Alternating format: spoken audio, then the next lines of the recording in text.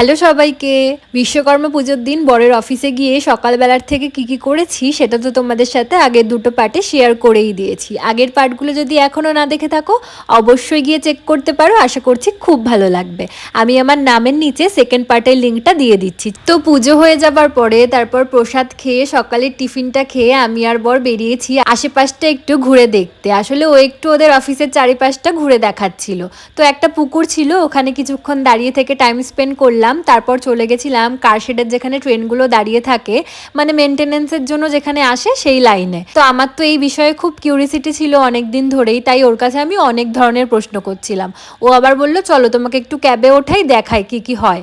তো ওখানে উঠেও একটু দেখছিলাম, অনেক দিনের ইচ্ছে ছিল ট্রেনের ক্যাবে উঠবো। যাই হোক, তারপর ঘোরাঘুরি করে চলে এসেছিলাম আবার পুজোর এখানে। এসে দেখলাম এখানে কুইজ কম্পিটিশন হচ্ছে, আমরাও কুইজ কম্পিটিশনে পার্টিসিপেট করেছিলাম। তারপর সব অনুষ্ঠান মিটে গেলে আমরা বাড়ি চলে এসেছি।